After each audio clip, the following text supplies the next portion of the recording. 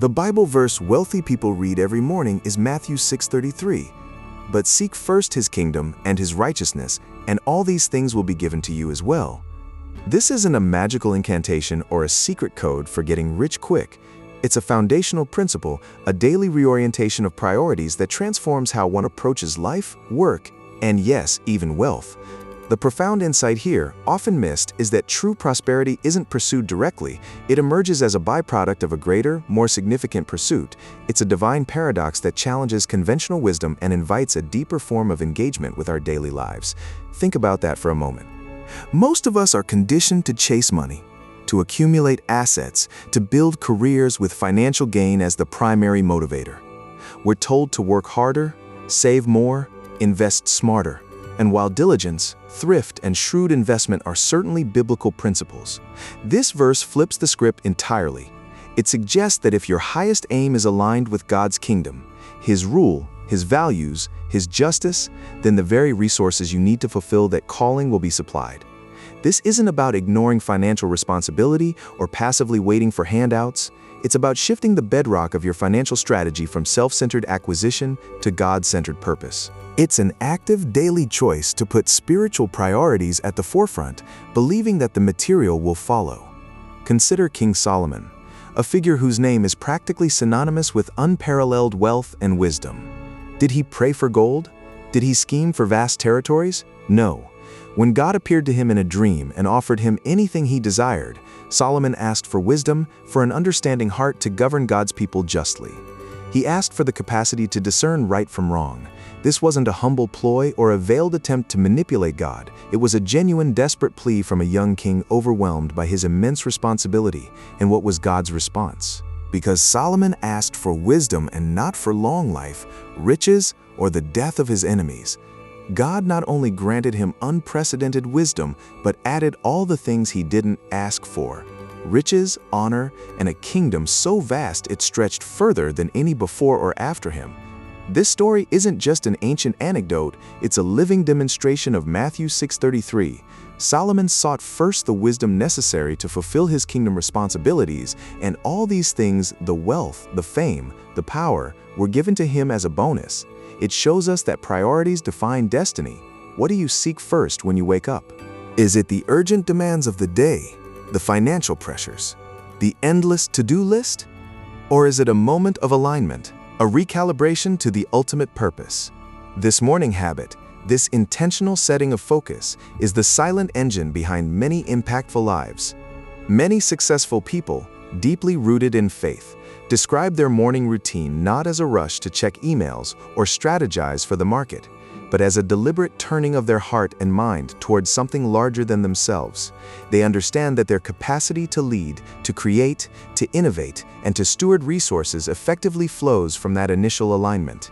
It's not about checking a religious box, it's about grounding their entire operating system in a wisdom that transcends human intellect, a wisdom that informs every subsequent decision throughout their day. This daily act of spiritual renewal sets a different trajectory for their entire 24 hours. So, how does this principle translate into tangible action for someone running a business, managing investments, or simply trying to provide for their family in today's complex world? It starts with the mindset of stewardship. The wealthy individuals who genuinely embrace this verse often see themselves not as ultimate owners, but as managers. They understand that every resource, every talent, every opportunity is a trust from a higher source. This perspective transforms financial decisions from self-serving endeavors into opportunities for greater impact, turning every transaction into a potential act of worship or service. It means viewing capital not just as personal security, but as a tool for creation and contribution. Consider Abraham, often called the father of faith. He wasn't born into wealth. He was called by God to leave everything familiar and journey to an unknown land. His story is a testament to obedience and trust, even when the path was unclear and the promises seemed distant. God promised to make him into a great nation and to bless him, making his name great so that he would be a blessing to others. Abraham's wealth, which became immense, was a direct consequence of God's covenant with him, rooted in his faith and willingness to obey. He didn't chase riches. He pursued God's call, and provision followed, sometimes in astounding ways. His willingness to sacrifice his only son, Isaac, on Mount Moriah, demonstrated the absolute priority he placed on God above all else, even his deepest human affections and the promise of a lineage. This complete surrender, this radical trust, unlocked an extraordinary level of blessing that extended far beyond material possessions. It was a spiritual inheritance, a legacy of faith that echoes through generations. This isn't to say we must all sacrifice our children, but it illustrates the profound principle. When God truly occupies the first place in our lives, His promises, including those of provision and abundance, are activated in ways we might not expect or even understand. What does it mean for you to put God first in your financial decisions? Is it in how you earn, how you save, how you invest, or how you give? This isn't just about a feeling, it's about a measurable commitment. What does your morning routine look like right now, and how might shifting its focus impact your entire day? Share your current first thing in the morning ritual in the comments below. This leads us to the crucial element of purpose-driven wealth. If all these things are given, they aren't given merely for accumulation or personal comfort. They are given for the advancement of the kingdom, for becoming a channel of blessing.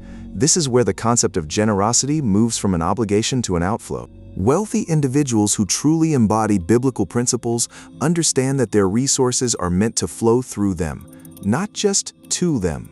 They fund initiatives, create jobs, support causes, and extend compassion in ways that reflect divine values.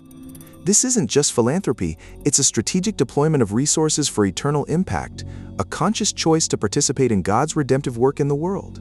Perhaps you're wondering how this applies when you're not a king like Solomon or a patriarch like Abraham, but a regular person navigating modern economic realities. The application is surprisingly direct. Seeking first God's kingdom in your work means performing with excellence as if working for Him, not just for a paycheck. It means conducting business with integrity, treating employees fairly, and making ethical choices even when they are not the most profitable in the short term. It means stewarding your current resources, no matter how small, with gratitude and wisdom, avoiding frivolous debt, and living within your means. Every decision, every transaction, every interaction becomes an opportunity to express these kingdom values. Take the story of Joseph, sold into slavery, wrongly imprisoned, yet always rising to a position of authority and responsibility wherever he went. Joseph wasn't seeking personal power or wealth. He was simply faithful, diligent, and operating with integrity in every circumstance, whether managing Potiphar's household or overseeing the prison. His exceptional administrative skills, his ability to interpret dreams, and his unwavering character were all manifestations of God's presence and wisdom within him. When the opportunity arose, he was elevated to second in command of Egypt, entrusted with managing the entire nation's food supply, saving countless lives.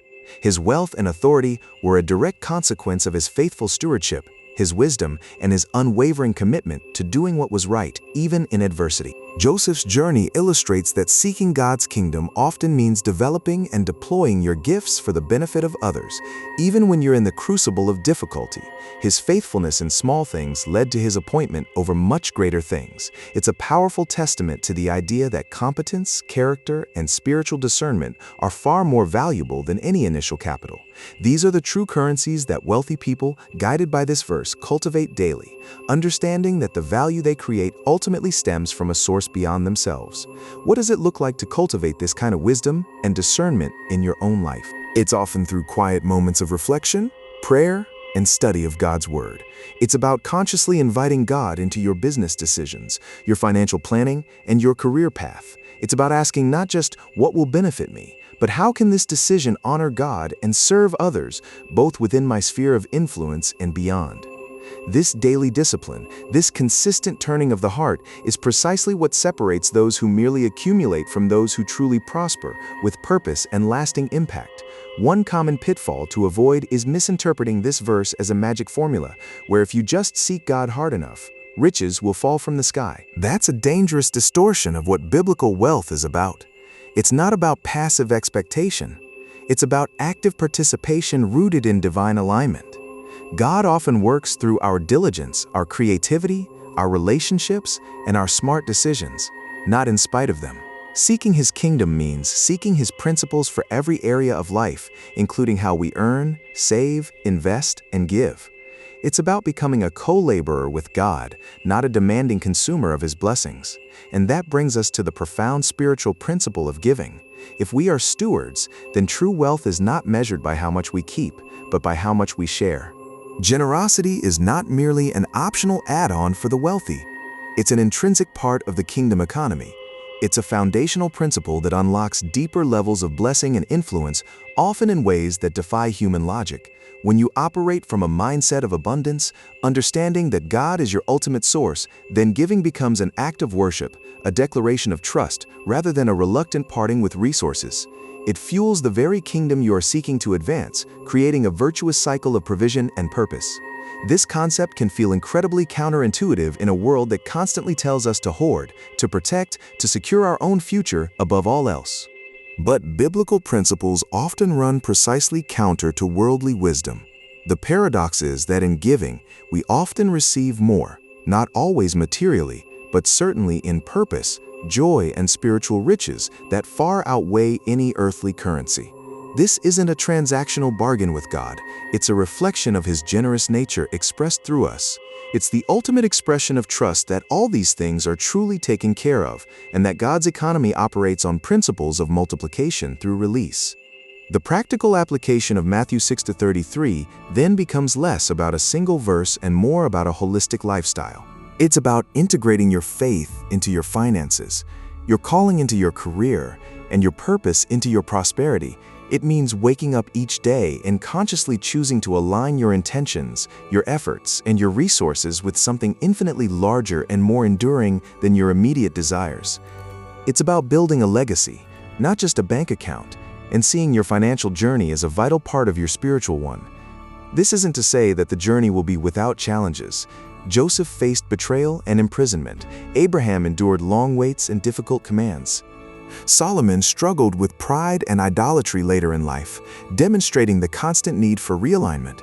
But the underlying principle held true for them. When their primary orientation was towards God's kingdom, they were positioned to receive and steward extraordinary blessings, even through their trials. It's a journey of continuous refinement, of learning to trust more deeply and to serve more faithfully, always returning to that core daily commitment. If you find this perspective on wealth inspiring, if you're ready to explore how biblical wisdom can transform your financial life from a pursuit of accumulation to a path of purposeful prosperity, then consider subscribing to Biblical Wealth. Here, we delve deeper into these timeless principles, revealing how figures like these built legacies, not just fortunes, and how you can apply their wisdom in your own life today. Your financial journey can be more than just making money. It can be a powerful testament to divine purpose and provision. Imagine starting each day with that clarity, that sense of divine partnership. Imagine making decisions, big and small, through the lens of God's kingdom. How would your priorities shift? How would your stress levels change? How might your impact on the world expand?